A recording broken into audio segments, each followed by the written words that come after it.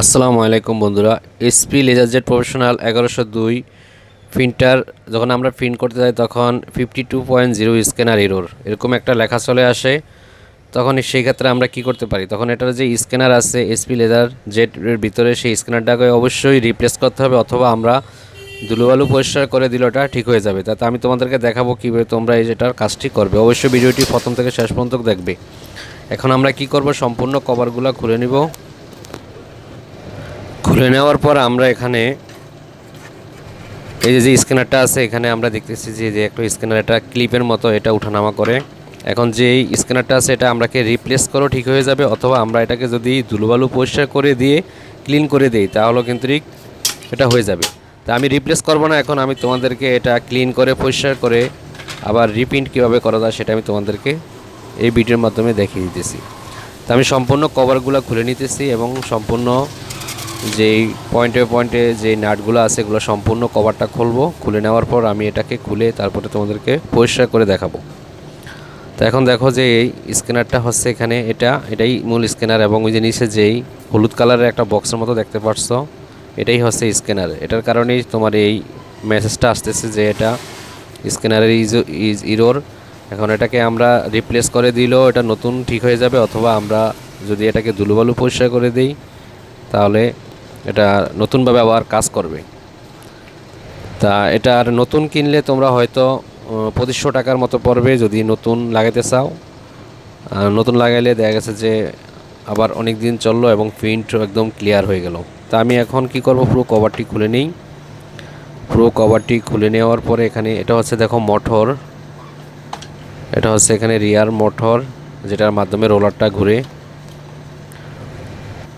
অসংখ্য ধুলোবালু দেখো এই স্ক্যানারের বক্সটায় থাকে। আমরা এখন এটা খোলার পর দেখতে পারবো যে কত ধুলোবালু জমে আছে। সম্পূর্ণ মেশিনটাকে আমরা নতুনভাবে ওয়াশ করে পরিষ্কার করে ধুলোবালু তারপরে আমরা স্ক্যানারটা আবার নতুনভাবে লাগিয়ে দেব। পুরনো স্ক্যানারটাই আবার নতুন করে আর কি ধুলোবালু পরিষ্কার করে লাগিয়ে দেব। লেজার টেজার সব মুছে খোলে যেই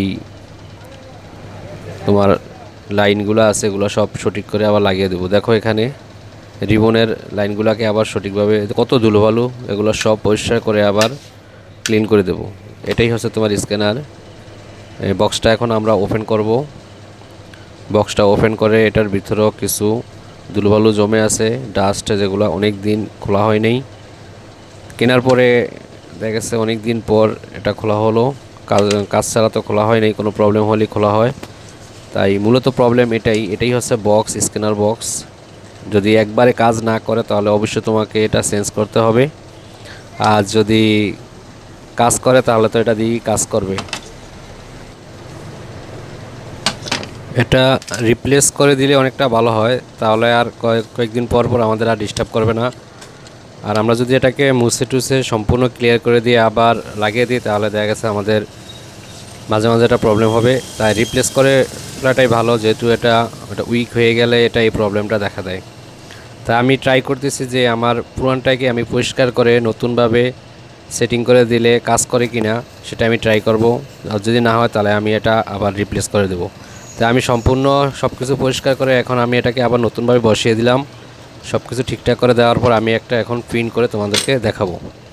পুরো প্রিন্টারটাকে আমি আবার সেটিংসে করে লাগিয়ে দিলাম। লাগিয়ে দেওয়ার পর আমি এখন একটা প্রিন্ট করব। প্রিন্ট করে দেখব প্রিন্ট কোয়ালিটি সঠিক আছে কিনা। মোট দুইটা প্রিন্ট করব, একটা হচ্ছে টেস্ট পেজ প্রিন্ট এবং আরেকটা হচ্ছে ডকুমেন্ট প্রিন্ট করব।